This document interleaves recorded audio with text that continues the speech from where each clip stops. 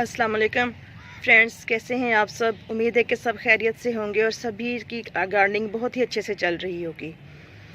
आज का हमारा टॉपिक भी रोज़ीज़ पे है और सुबह सुबह ये खूबसूरत से देसी रोज़ीज़ जिनकी प्यारी प्यारी सी खुशबू ने इस कॉर्नर को महकाया हुआ है, गुड मॉर्निंग कह रहे हैं। तो आज का हमारा टॉपिक वैसे तो देसी रोज़ीज़ पे नहीं है, लेकिन बहुत खूबसूरत लग रहे थे तो मैंने आपके साथ शेयर किए हैं। आज का जो हमारा टॉपिक है वो है इंग्लिश रोज़ीज़ पे, क्योंकि देसी रोज़ को ग्रो करना इतना मुश्किल नहीं होता जितना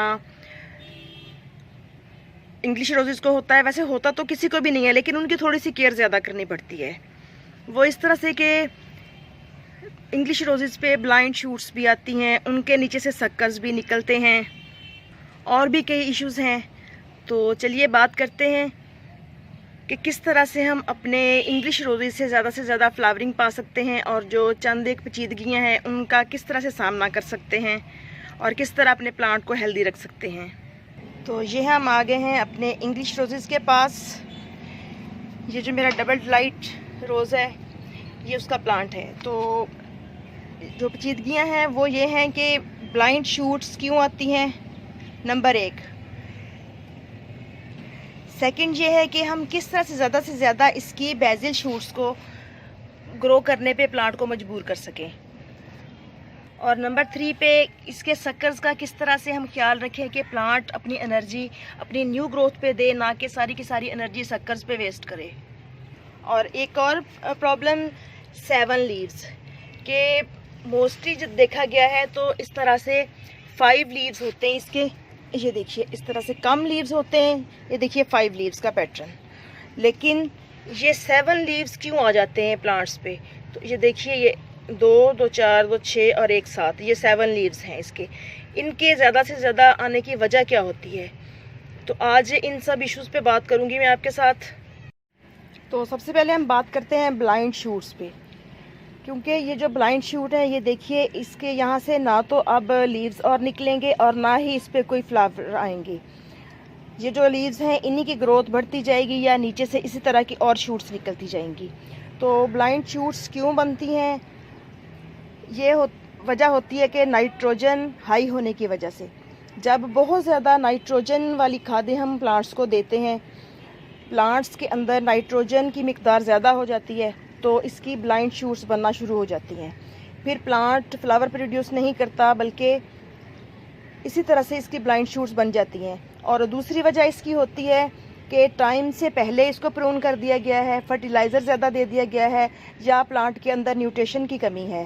न्यूट्रिएंट्स की कमी की वजह से भी इस तरह से ब्लाइंड शूट्स बन जाती हैं। और ये देखिए जितनी भी इसकी ब्रांचेस हैं सब की सब ब्लाइंड हैं। ये देखें जितने भी शूट्स हैं इस वक्त सब ब्लाइंड हैं। इसका हल ये है कि इसको हम इस वक्त या तो यहाँ से या यहाँ से रख के प्रून कर दें। ज़्यादा बेस्ट होता है कि 5 पत्ती को ले हम 5 पत्ती के नीचे जाके यहाँ से इसको हम प्रून कर दें।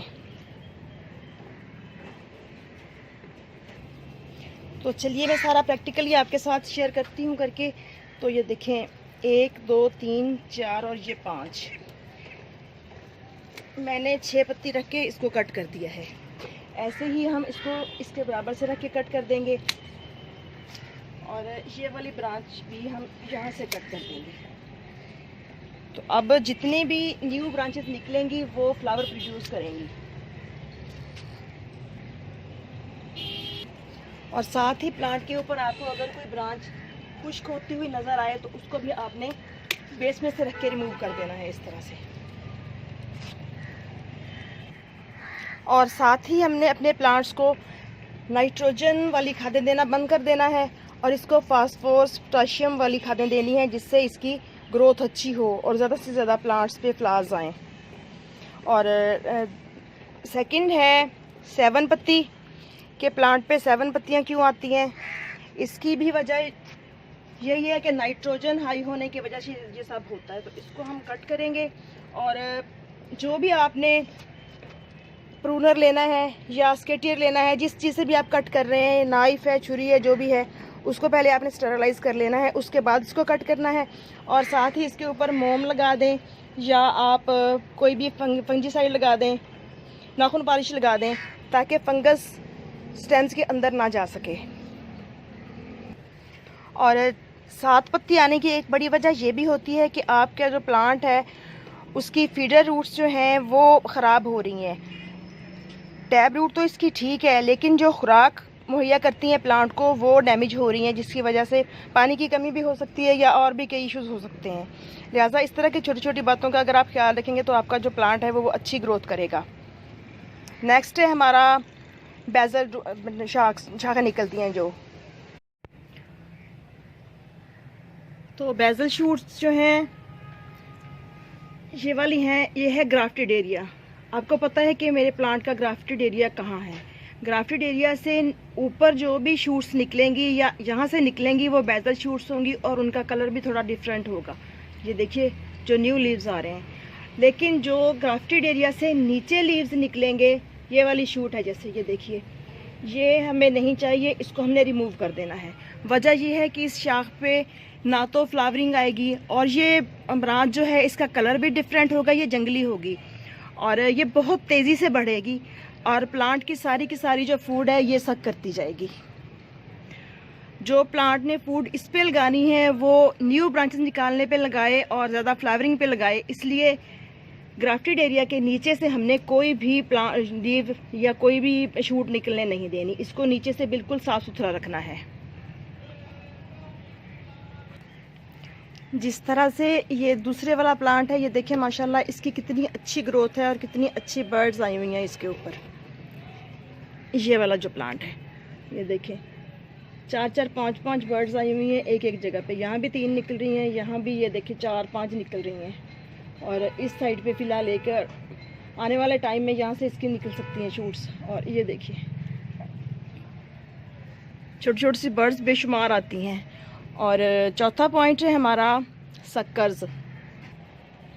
बाज़ात ये सारी पेचीदगियाँ हमें एक ही प्लांट में मिल जाती हैं, बाज़ात हमें मुख्तलिफ़ प्लांट्स में मिलती हैं, इसलिए तकरीबन एक प्रॉब्लम जो है वो मेरे 3-4 प्लांट्स के साथ चल रहा था, जो कि मैं आपके साथ शेयर कर रही हूँ एक एक करके। तो ये देखें इस प्लांट के साथ से भी ये शक्कर निकल रहा है जो बिल्कुल बेस में से निकल रहा है, और अगर ये यहीं से ऊपर चलता गया तो ये सारी की सारी प्लांट की ग्रोथ सक करता रहेगा, इसलिए हमने इसको रिमूव कर देना है, हमें इसकी ज़रूरत नहीं है।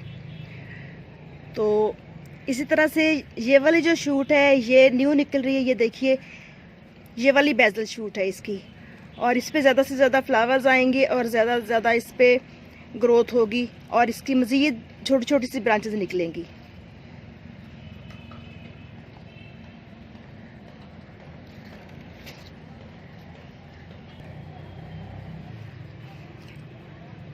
बाज़ात ऐसा होता है कि 3-3, 4-4 शक्कर से निकलते हैं। ये देखिए इसके साथ रूट भी बनी हुई है, अगर आप चाहें तो इसको अपने पास रख सकते हैं, अगर आप वेस्ट करना चाहें तो कर सकते हैं। बाज़ात इसको लगा देने से ये वाला जंगली प्लांट तैयार हो जाता है। और पॉट की गुड़ाई करके अच्छी तरह से जितने भी गैर ज़रूरी प्लांट्स वगैरह उगे हुए हों इनके अंदर उनको रिमूव करके, तो आप इन सारी प्रॉब्लम्स को हल करने के लिए इसके अंदर DAP डाल दें, चंद दाने एग शेल्स डाल दें अगर आपने ऑर्गेनिकली चलना है, साथ में आप टी लीव्स डाल दें, चाय की पत्ती को वॉश करके तो सुखा के इसके अंदर डाल दें। अब आगे आगे तो गर्मियाँ आ रही हैं तो आप धो के ऐसे भी डाल सकते हैं। और साथ में अगर आप दूसरा जो फर्टिलाइज़र है वो NPK 19-19-19 भी दे सकते हैं, उसको स्प्रे कर सकते हैं, जिसका बहुत अच्छा रिज़ल्ट मिलेगा आपको।